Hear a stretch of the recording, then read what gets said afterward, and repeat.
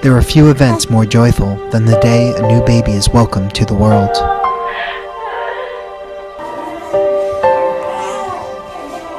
A family is formed, or gets bigger, and love shines out of every face.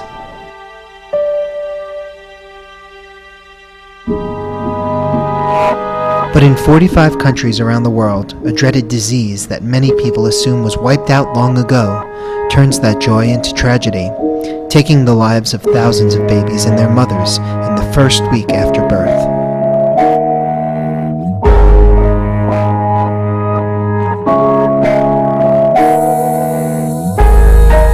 Tetanus is a disease as old as history itself, even referred to in the Old Testament as the seventh-day death. It is caused when tetanus spores, found in soil everywhere, come into contact with open cuts during childbirth. Within days, the bacteria acts like a powerful poison, causing spasms, stiffening, and convulsions that can be triggered by the slightest sound, touch, or light. The first case of neonatal tetanus I ever seen in my life was in Zambia when I was working in a teaching hospital about 23 years ago. I was talking with a pediatrician when a mother came in a panic with a child wrapped in a blanket, and she drops the baby in the arm of the pediatrician. The pediatrician opened the blanket, and so a baby like 6-7 days old was permanently agitated in convulsion with the hands clenched, the mouth completely tight, and a big infection on the umbilical cord. And he says, "This is neonatal tetanus." And the child died 2 hours later. Tetanus has all but disappeared in the industrialized world, as well as some developing countries. And thanks in large part to the work of UNICEF and its partner organizations, it has been wiped out in 11 new countries since the year 2000. Low-cost immunizations, safe birthing practices, and education are just a few of the tools UNICEF is using in its tireless effort to eliminate maternal and neonatal tetanus from every country in the world. An estimated 140,000 infants and 30,000 mothers die needlessly each year from this ancient killer because they come from families that are the poorest of the poor, the hard-to-reach geographically, those who do not have access to health care and education, and those whose lives have been thrown into chaos because of war or natural disaster.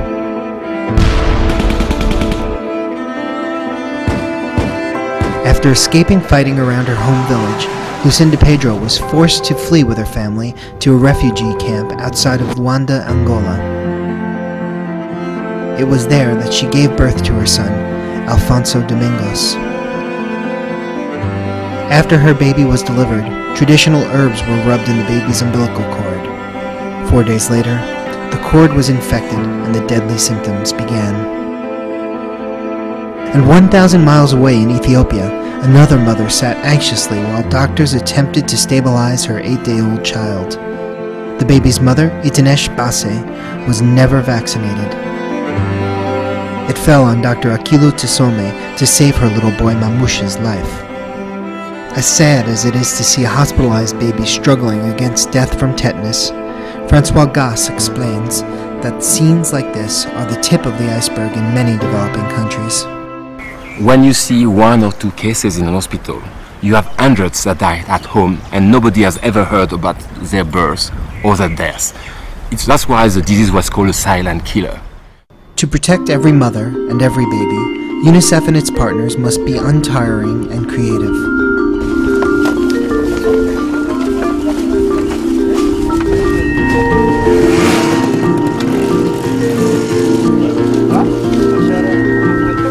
Here in Dila, Ethiopia, vaccines will be transported on horseback and motorcycle as health centers are too inaccessible.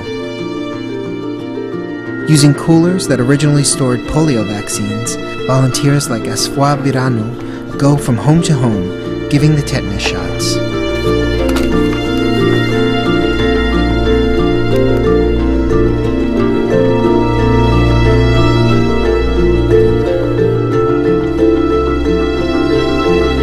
And the mothers do their part. Walking miles from the surrounding area, these women gather for an immunization drive spearheaded by UNICEF, designed to reach as many as 150,000 women.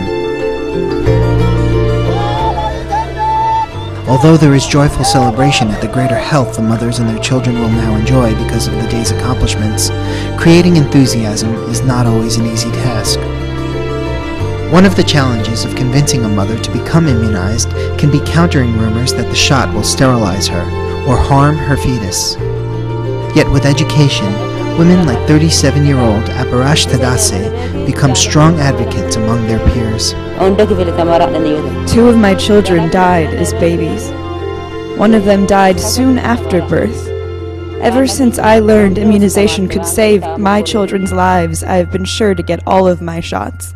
Along with immunization, education and outreach are absolutely critical. 20-year-old Elfinish Barako gave birth to her 1-week-old baby, as many rural women do in the developing world, at home, on the ground of her hut.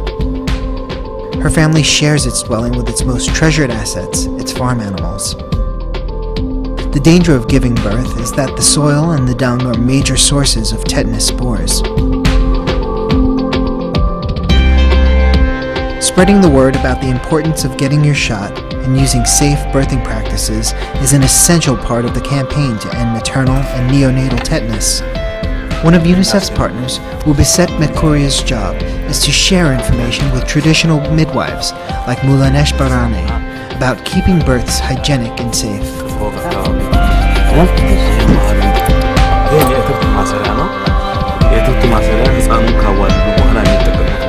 Safe birthing kits have been assembled and are being distributed that include hygiene material, a piece of string for tying, and a razor blade for cutting the umbilical cord. Clean plastic sheeting, all sterile and simple to use.